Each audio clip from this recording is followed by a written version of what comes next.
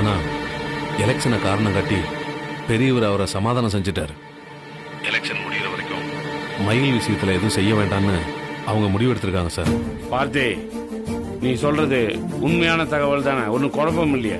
இல்ல சார், அவங்க பேசிட்டு இருக்கிறத முழுசா நான் கேட்டுதான் நான் உங்களுக்கு அப்டேட் பண்றேன் சார். எலெக்ஷன் முடிகிற வரைக்கும் மயிலுக்கு அவங்களால ஒரு ஆபத்தும் வராது சார். ரொம்ப நல்ல தகவலை சொல்லியிருக்க, ரொம்ப சந்தோஷம். அப்புறம் நீ ரொம்ப கேர்ஃபுல்லா இரு. நீ என்னோட ஆளுன்னு யாருக்கும் தெரிஞ்சிடக்கூடாது. ஒரு சின்ன சந்தேகம் வந்துட்டா கூட உன் உயிருக்கு ஆபத்தாயிடும். பார்த்தி, நீ போன்ல பேசுறத யாரும் கேட்கலன்னு ஒரு தடவைக்கு 2 தடவை கன்ஃபார்ம் பண்ணிட்டு அப்புறமா எனக்கு கால் பண்ணு. நீங்க என்ன பத்தி கவலைப்படாதீங்க சார், எனக்கு எந்த பிரச்சனையும் வராம நான் பாத்துக்கிறேன். பார்த்தி, நீ நம்ம டிபார்ட்மெண்ட்டுக்காக ரொம்ப ரிஸ்க் எடுத்து அங்க போயிருக்க. உனக்கு நான் கண்டிப்பா தேங்க்ஸ் சொல்லி ஆகணும்.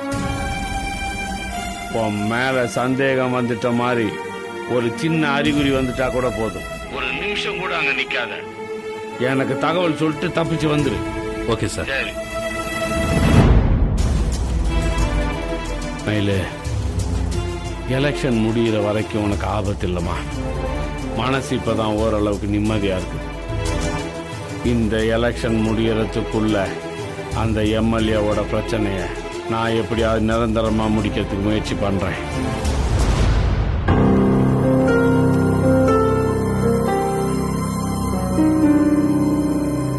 யார் நீ? Come here.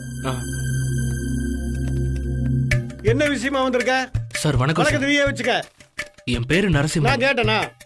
இல்ல சார், இன்சூரன்ஸ் ஏஜென்ட்டா இருக்கு. இருந்துட்டு போ. குருமூர்த்தி சார் தான் என்ன வர சொன்னாரு. ஐ சி. ஆயில் காப்பீட்டுக்கும் ஆண்டவருக்கும் என்ன சம்பந்தம்? காப்பீடு பாலிஸ் அமௌண்ட கிளைம் பண்றதுக்காக நீ யாரையாவது மேல அனுப்பிட்டியா? ஆண்டவர் அதை பத்தி தான் உங்ககிட்ட விசாரிக்க கூப்பிட்டுருக்காரோ? சார், நான் லைஃப் இன்சூரன்ஸ் ஏஜென்ட் இல்ல sir, health insurance agent sir. எதா இருந்தா என்ன காப்பீடு? காப்பீட்டு துறை காவல்துறைக்கு வர வேண்டிய அவசியம் என்ன? அவசியம் அவருக்கு இல்ல பரமர, நமக்கு தான். புரியலீங்க ஆண்டவரே. நாம எல்லாரும் ரொம்ப ரிஸ்கான ஜாப்ல இருக்கோம். நமக்கு எப்ப வேணாலும் என்ன வேணாலும் நடக்கலான்ற சூழ்நிலையில தான் நாம இருக்கோம். காலையில வீட்டுல இருந்து ஸ்டேஷனுக்கு வர நம்போ வந்த மாதிரியே திரும்ப வீட்டுக்கு போவோம்னு உத்தரவாதமா சொல்ல முடியுமா? முடியாது இல்ல. நாம புடிச்சு வைக்கிற ஒவ்வொரு கிரிமினலும் எப்ப எமனா மாறுவான்னு யாருக்கும் தெரியாது. கரெக்டா சொன்னீங்க ஆண்டவரே. முதல்ல குற்றவாளியை பிடிச்சா வானத்தை பார்த்து சுடுங்கிறாங்க, அதுக்கப்புறம் முழங்கால கீழே சுடுங்கிறாங்க, அதுக்குள்ள அவன் நம்மள சுட்டுறானே நம்ம என்ன பண்றது? நம்ம உயிருக்கு யார் உத்தரவாதம்? அப்படி ஒரு நெருக்கடியான சூழ்நிலை தான் நம்ம எல்லாம் வேலை செஞ்சுட்டு இருக்கோம். மயிலுக்கு நடந்த ஆக்சிடென்ட் என் மூஞ்சில அரைஞ்ச மாதிரி மிகப்பெரிய பாதிப்பை ஏற்படுத்தி இருக்கு. அதனாலதான் இந்த ஸ்டேஷன்ல வேலை செய்யற எல்லாருக்கும் ஒரு குரூப் இன்சூரன்ஸ் எடுத்தலாம்னு முடிவு பண்ணிட்டேன். குரூப் இன்சூரன்ஸா? அப்படின்னா என்ன தலைவரே? செலவுல மயிலுக்கு ஆபத்து வந்ததுல டாக்டருங்க போராடித்தான் அவளை காப்பாத்தினாங்க. ஆனா ஆஸ்பத்திரி செலவு ₹1,00,000 மேல இருக்கும். அவ வீட்டுல காசு பணம் இருந்திருக்கு, எடுத்து கொடுத்திருப்பாங்க. இல்ல நகை நட்டு இருந்திருக்கு, வித்து கொடுத்திருப்பாங்க. அப்படி இல்லைன்னா சீட்டு பணம் போட்டிருப்பாங்க, அதை எடுத்து கொடுத்திருப்பாங்க. ஆனா அப்படி எந்த வசதியும் இல்லாதவங்களும் நம்மளோட வேலை செய்யறாங்கல்ல.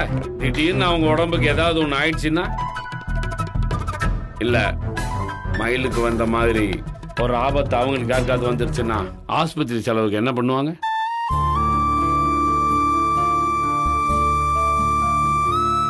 உடம்புக்கு முடியலங்கிற வேதனையை தாண்டி பணத்துக்கு என்ன பண்ண போறோங்கிற கவலையும் டென்ஷனும் தான் அவங்களுக்கு அதிகமா இருக்கும். அந்த டென்ஷனே இனிமே நம்ம யாருக்கும் இருக்க கூடாதுங்கிறதுக்காகத்தான் இந்த குரூப் இன்சூரன்ஸே போட போறோம். இதுக்காக மாசம் மாசம் பணம் கட்ட நம்ம யாரும் கஷ்டப்பட வேண்டாம். எஸ்பி ஆபீஸ்ல இருந்து ₹100 ₹200 அவங்களே கட்டிடுவாங்க. நமக்கு உடம்புக்கு ஏதாவது வந்துருச்சுன்னா பணத்தை பத்தி யோசிக்காம நம்ம நேரம் ஆஸ்பத்திரியில போய் படுத்துக்கலாம். இன்சூரன்ஸ் கம்பெனி அதுக்கான செலவை ஏத்துக்கும். ரொம்ப பிரமாதமான திட்டம் தலைவரே. எல்லாரும் நல்லா இருக்கும் நினைக்கீங்களா? அதுக்காகவே ஒரு ஸ்பெஷல் சல்யூட் அடிக்கிறேன் தலைவரே. செல்லப்பிள்ள, இதெல்லாம் ஒரு விஷயமே இல்லை. நிறைய பிரைவேட் செக்டார்ல இதெல்லாம் செய்யறாங்க. ஆனா நாம இப்பதான் ஸ்டேஷனுக்குள்ள கொண்டு வந்திருக்கோம், அவ்வளவுதான்.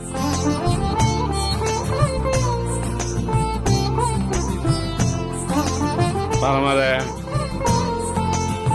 பரமரே, என்ன அப்படியே உறைஞ்சு போய் நிக்கிறீங்க? ஆண்டவரே, நீங்க எங்க மேல வச்சிருக்க அன்பு இந்த வானத்தை விட அவசரமானது, கடலை விட ஆழமானது, பூமியை விட ரொம்ப பெருசுங்க ஆண்டவரே. சரி சரி, கூல். சாரு உங்க எல்லாருக்கும் ஒரு ஃபார்ம் கொடுப்பார். அதுல எல்லாரும் அவங்க டீடைல்ஸை ஃபில் பண்ணி கொடுங்க. நீங்க இந்த ஃபார்ம் எல்லாம் கலெக்ட் பண்ணி என் ரூமுக்கு எடுத்துட்டு வாங்க. சரிங்க ஆண்டவரே. நரசிம்மன், இவங்களுக்கு ஃபார்ம் ஃபில் பண்றதுல ஏதாவது டவுட் இருந்தா அதை கொஞ்சம் கிளியர் பண்ணி கண்டிப்பா சார்.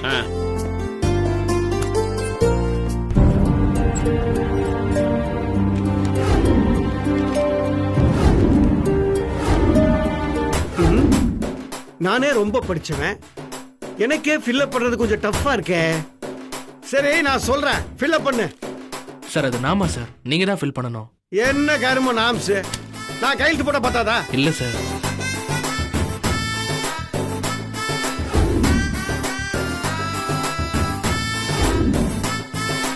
காப்பீடு சார் இங்க நான் என்ன படமா காட்டுறேன்?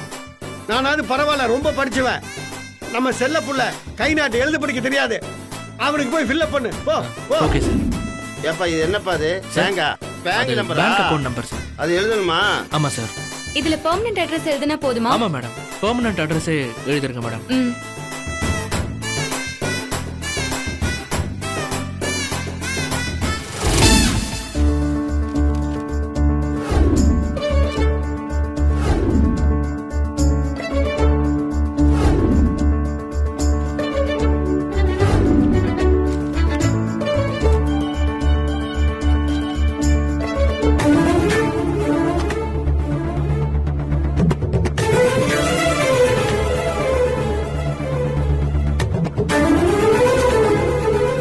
கோமதி, மலரு, தங்கமயில். மயிலு தான் பேரை எழுதியிருக்கா, மூத்தவ பேரும் எழுதியிருக்கா. ஏன் ரெண்டாவது அக்கா பேரை போடல? கடைசியா 2-3 தடவை மயிலு வீட்டுக்கு போனப்ப கூட அவளை பார்த்த மாதிரி தெரியலையே. வேற என்னவா இருக்கும்? மயிலு, சார் ஒரு ஃபார்ம் கூட உன்னால ஒழுங்கா ஃபில் பண்ண முடியாதா? கரெக்டா தான் சார் ஃபில் பண்ணிருக்கேன். மயிலு, உனக்கு 2 அக்காங்க இருக்காங்கன்னு எனக்கு நல்லா தெரியும். மூத்த அக்காவோட பேரை கரெக்டா எழுதுன நீ ஏன் ரெண்டாவது அக்காவோட பேரை எழுதல?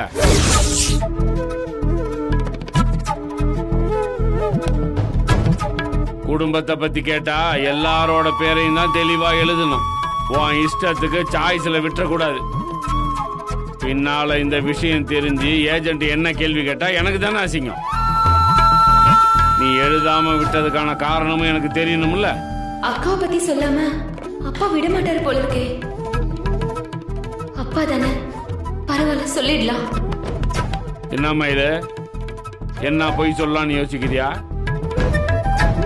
இல்ல என்கிட்ட சொல்லாம வேணாமான்னு யோசிக்கிறியா?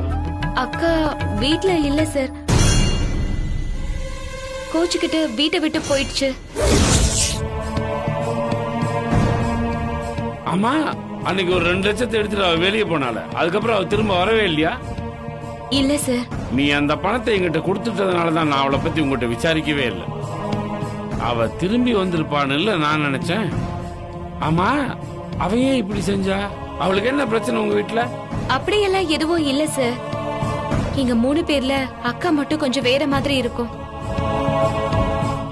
பணம் தான் எல்லாமேன்னு நினைக்கும், வசதியா வாழணும்னு ஆசைப்படும்.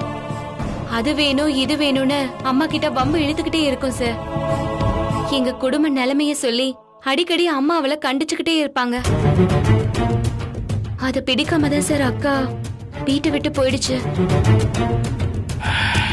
சரி, அவ வீட்டை விட்டு போயிட்டதுனால அவ குடும்பத்துல இல்லன்னு ஆயிடுமா? குடும்ப பிரச்சனை எல்லாம் இந்த ஃபார்ம் ஃபில்அப்ல கொண்டு வராத. வீட்டுல அவ இல்லனாலும் அவளை பத்தின டீட்டெயிலாம் நீ எழுதிதான் ஆகணும். சரிங்க சார். ஆமா, உங்க மூத்த அக்காவுக்கு கல்யாணம் ஆயிடுச்சுல்ல? ஆமா சார். அவ வீட்டுக்காரர் என்ன பண்றாரு? அவரை பத்தி ஒண்ணுமே எழுதல.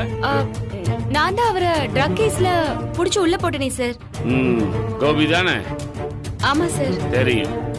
அவனை பத்தியும் நீ எழுதி இருக்கணும். யார் எங்க இருந்தாலும் ஃபார்ம் ஃபில்அப் பண்ணும்போது ஒழுங்கா எழுதணும். மயிலு, அரைகுறையா ஃபில்அப் பண்ணா இன்சூரன்ஸ் கிடைக்காதுல்ல. போய் ஒழுங்கா ஃபில்அப் பண்ணிட்டு வாப்போ. Okay sir.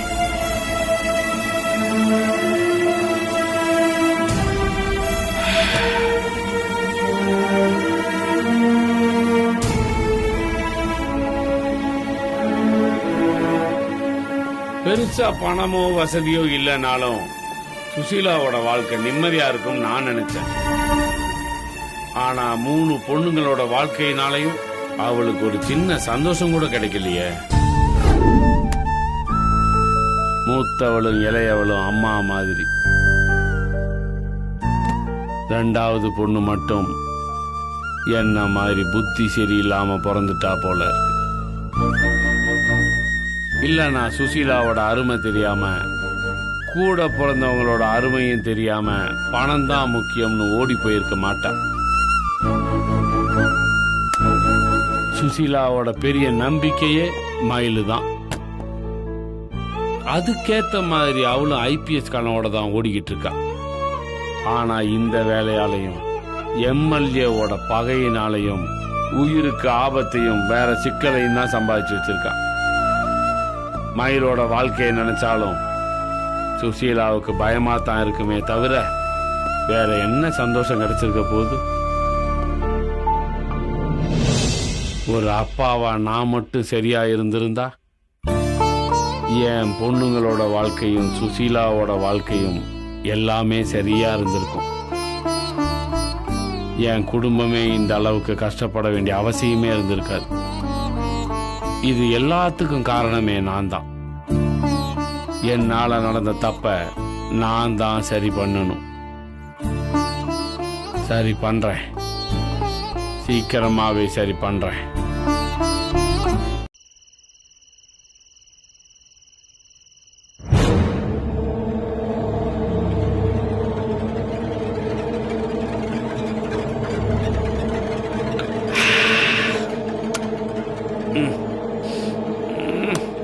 பிரமோதே,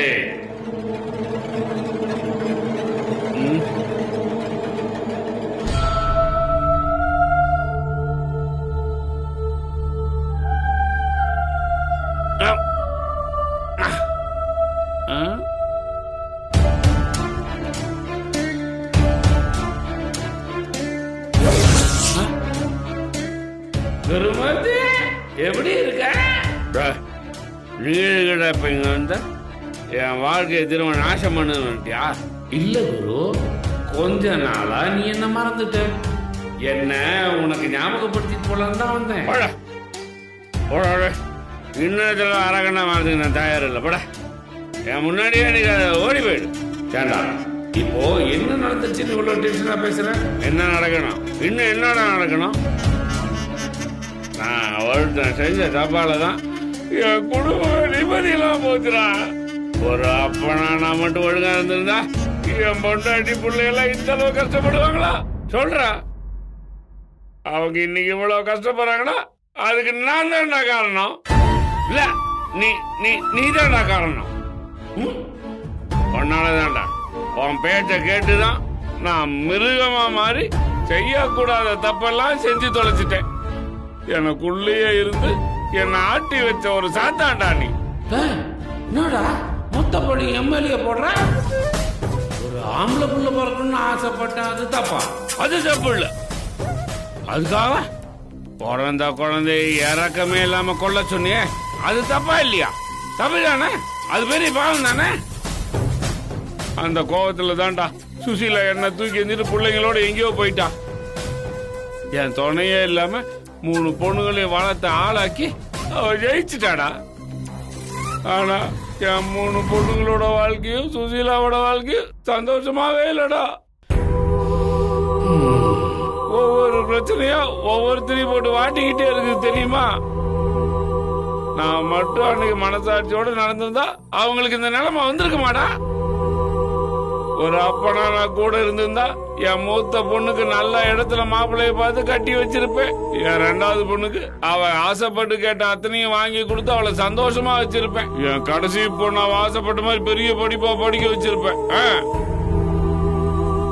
நானும் என் பொண்டாட்டி பிள்ளைங்கன்னு ரொம்ப சந்தோஷமா வாழ்ந்திருப்பேன் மேடம். ஏ பாவி தோராகி ஒன்னாலதான்டா எல்லாம் கெட்டு போச்சுடா. அப்பா இவன் பேச்ச கேட்டு கேட்டு நடந்ததுனாலதான் எல்லாமே தப்பா போச்சு. குருமூர்த்தி முட்டாள்தனமா புலம்பாத. கஷ்டப்படுறது அவங்க தலைவி, அதுக்கு எந்த வகையிலும் நீ பொறுப்பு இல்லை. ஆமா நான் பொறுப்பு இல்லை, நீதான் பொறுப்பு. நீதான்டா பொறுப்பு. ஆசை நிறைவேறலன்ற கோபத்துல நீதான்டா வார்த்தையை விட்ட. அதுக்கப்புறமா நீ செஞ்ச தப்ப நினைச்சு வருத்தப்பட்டியா? சுசீலாவை தேடி கண்டுபிடிச்சவ கையில கால விழுந்தாச்சும் மன்னிப்ப கேட்டு அவ கூட வாழ்ந்துருக்கலாம்ல. ஏண்டா அப்படி செய்யறதுக்கு நான் லூசா? எனக்கு தான் இன்னொருத்தி கிடைச்சிட்டால, அவ கூட நான் சந்தோஷமா தானே வாழ்ந்துட்டு இருக்கேன். அப்புறம் எதுக்கு என்ன மதிக்காதவ காலில் நான் போய் விடணும்? பாரு சுசீலாவை பார்க்கணும், அவ காலில் விழுந்து மன்னிப்பு கேட்கணும் நீ துணிக்கிற பாரு, இது தாண்டா பெரிய பைத்தியக்காரன். ஆசைப்பட்ட மாதிரி ஒரு ஆம்பளை பையன் கிடைச்சிட்டான். பொண்டாட்டி பையனோட சந்தோஷமா இருக்க வேண்டியதானே, இருக்கிறத அனுபவிக்கிறத விட்டுட்டு முடிஞ்சு போன விஷயத்தை நினைச்சு உருகிறியாடா. பாரு அந்த குடும்பத்தை மொத்தமா தலை முடிக்கிட்டு உன் வாழ்க்கையை சந்தோஷமா அனுபவிக்கிறதுக்கு பாரு. போதும் நிறுத்துறா. இந்த பேச்சு அகம்பாவம் தான் என் வாழ்க்கையை நாசம் பண்ணிருக்கு. உன் கேடு கெட்ட புத்தினால எங்க எல்லாரோட வாழ்க்கையும் நீ தான் தலைகெல்லாம் மாத்தி விட்ட. அன்னைக்கே நான் உன்னை அடக்கி வச்சிருந்தா இன்னைக்கு எதுவுமே நடந்திருக்காதுல்ல. அன்னைக்கு நான் செய்ய மாட்டேத இன்னைக்கு நான் செய்ய போறேன். உன்னை ஒழிச்சு கட்டினாதான்டா நான் மனுஷனாவே மாற முடியும். நான் மனுஷனா மாறணும்னா நீ எனக்கு வேணாம்டா.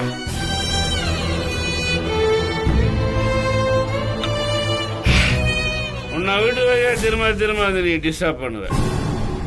நான் இதே நல்ல புத்தியோட இருக்கணும்னு நல்ல மனுஷனா வாழணும்னா நீ சாகணும். நீ செத்தாதாண்டா எனக்கு நன்மை ஒண்ணாகும். நீ போய் சாவிடா சாவிடா.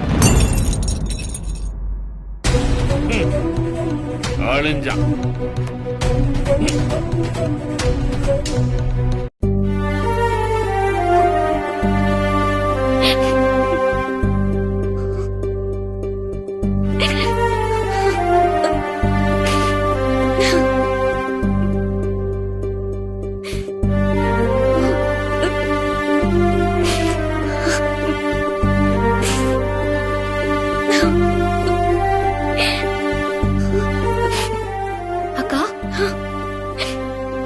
கண் கலங்குற? மாமா ஞாபகம் வந்துருச்சா? அவரை மறந்த தானடி ஞாபகம் வர்றதுக்கு.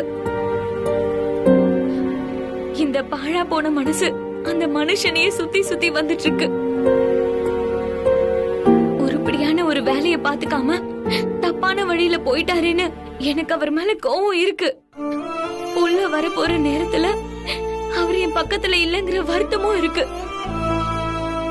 அந்த மனுஷனை பத்தி கவலைப்படக்கூடாதுன்னு எனக்கு நானே திரும்ப திரும்ப சொல்லிக்கிறேன். எதையும் நினைச்சு என் கவனத்தை மாத்திக்க போராடுறேன். ஆனா அங்க இங்கேயும் சுத்தி கடைசியில என் மனசு அவர்கிட்ட தாண்டி போய் நிக்குது. நான் என்னடி பண்ணுவேன்? அக்கா, மாமா நீ காதலிச்சு கல்யாணம் பண்ணிக்கிட்ட மனுஷன்கா. அவரை நினைக்காம உன்னால இருக்க முடியாதுன்னு எனக்கு புரியுதுக்கா. அவருக்கு இது புரிஞ்சிருந்தா இப்படி ஒரு காரியத்தை செஞ்சிருப்பாரா? இங்க அவருக்கு என்னடி பிரச்சனை இருந்துச்சு? மாப்பிள்ளைங்கிற மரியாதை எந்த நிலைமையிலயும் குறையாம தானே நம்ம பாத்துக்கிட்டோம். அவருக்கு வேலை கிடைச்சி சம்பாதிக்கிற வரைக்கும் நீ எல்லா செலவையும் பாத்துக்கிறன்னு தானே சொன்ன. அப்புறம் ஏண்டி பணத்துக்காக அவர் அந்த பாவத்தை செய்யணும்? அவர் மட்டும் ஒழுங்கா இருந்திருந்தா எனக்கு இந்த கஷ்டம் வந்திருக்குமா? அக்கா, நேரம் சரியில்லைன்னா எல்லாருக்குமே புத்தி இப்படி தடுமாறுறது சகஜம்தான்க்கா. மாமாவோ ஏதோ பலவீனமான நேரத்துல இந்த தப்ப பண்ணிட்டாரு. ஜெயில் தண்டனை அவரை முழுசா மாத்தி இருக்கும்னு நம்ம நம்புவோம்க்கா. வயித்துல பாப்பா இருக்கிற இந்த நேரத்துல நீ இதையெல்லாம் நினைச்சு ஸ்ட்ரெஸ் ஆக கூடாதுக்கா. இந்த அக்கறை அந்த மனுஷனுக்கு இருந்திருக்கணும்டி. நாம தப்பு பண்ணி மாட்டிக்கிட்டா புள்ள தாட்சியா இருக்கிற நம்ம பொண்டாட்டி எவ்வளவு வேதனைப்படுவான்னு யோசிச்சிருக்கணும். முன்ன பின்ன எதையும் யோசிக்காம அவர் இஷ்டத்துக்கு எதையோ செஞ்சுட்டு போயிட்டாரு. அவர் பண்ண வேலையால தினம் தினம் நான் தாண்டி சித்திரவதையை அனுபவிக்கிறேன். இதையே நினைச்சு பொழுமே மறுபடியும் உடம்ப கெடுத்துக்காதக்கா. உசுருக்கு போராடின நானே மீண்டு வந்துடலையா, அதே மாதிரி இந்த பிரச்சனையும் சரியாயிடும்னு பாசிட்டிவா யோசிக்கா. என்னால முடியலடி. நாளைக்கு எங்க கல்யாண நாள். அவர் கூட கோயிலுக்கு போகணும், வெளியில சந்தோஷமா சுத்தணும்னு என் மனசுல எவ்வளவு ஆசை இருக்கும்.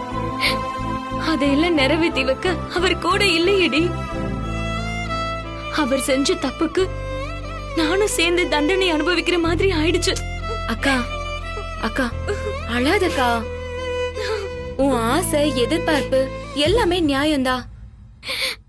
ஆனா இந்த வருஷம் அது நடக்காதுன்றதுதான் யதார்த்தம். உன் கல்யாண நாள்ல நம்ம 3 பேரும் கோயிலுக்கு போயிட்டு வருவோம். அடுத்த வருஷம் கல்யாண நாளுக்கு மாமா உன் கூட இருந்து உன் ஆசையை நிறைவேற்றி வைக்கணும்னு நம்ம வேண்டிட்டு வருவோம்க்கா. இல்லடி, அவர் இல்லாம நான் எங்கேயுமே வரல.